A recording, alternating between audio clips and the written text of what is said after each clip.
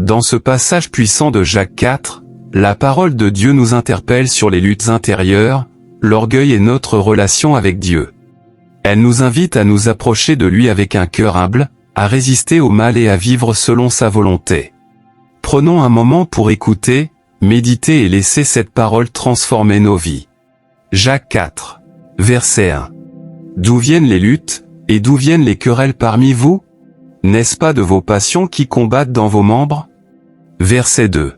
Vous convoitez, et vous ne possédez pas, vous êtes meurtriers et envieux, et vous ne pouvez pas obtenir, vous avez des querelles et des luttes, et vous ne possédez pas, parce que vous ne demandez pas. Verset 3. Vous demandez, et vous ne recevez pas, parce que vous demandez mal, dans le but de satisfaire vos passions.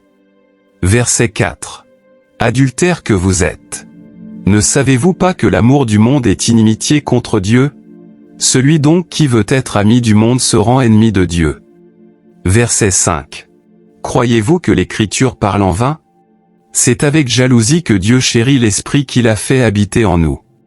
Verset 6. Il accorde, au contraire, une grâce plus excellente, c'est pourquoi l'Écriture dit, Dieu résiste aux orgueilleux, mais il fait grâce aux humbles. Verset 7. Soumettez-vous donc à Dieu, résistez au diable, et il fuira loin de vous. Verset 8. Approchez-vous de Dieu, et il s'approchera de vous. Nettoyez vos mains, pécheurs, purifiez vos cœurs, hommes irrésolus. Verset 9. Sentez votre misère, soyez dans le deuil et dans les larmes, que votre rire se change en deuil, et votre joie en tristesse. Verset 10. Humiliez-vous devant le Seigneur, et il vous élèvera. Verset 11. Ne parlez point mal les uns des autres, frères. Celui qui parle mal d'un frère, ou qui juge son frère, parle mal de la loi et juge la loi. Or, si tu juges la loi, tu n'es pas observateur de la loi, mais tu en es juge. Verset 12.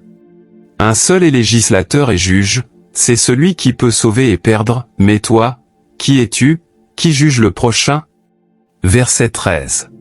À vous maintenant, qui dites, aujourd'hui ou demain nous irons dans telle ville, nous y passerons une année, nous trafiquerons, et nous gagnerons.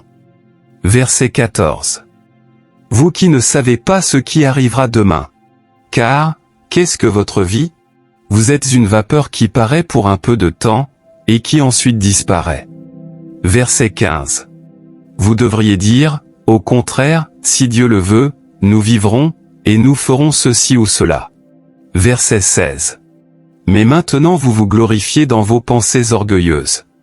C'est chose mauvaise que de se glorifier de la sorte. Verset 17. Celui donc qui sait faire ce qui est bien, et qui ne le fait pas, commet un péché. N'oublie pas de t'abonner, d'activer la cloche pour ne rien manquer, et de partager cette parole autour de toi pour bénir d'autres vies.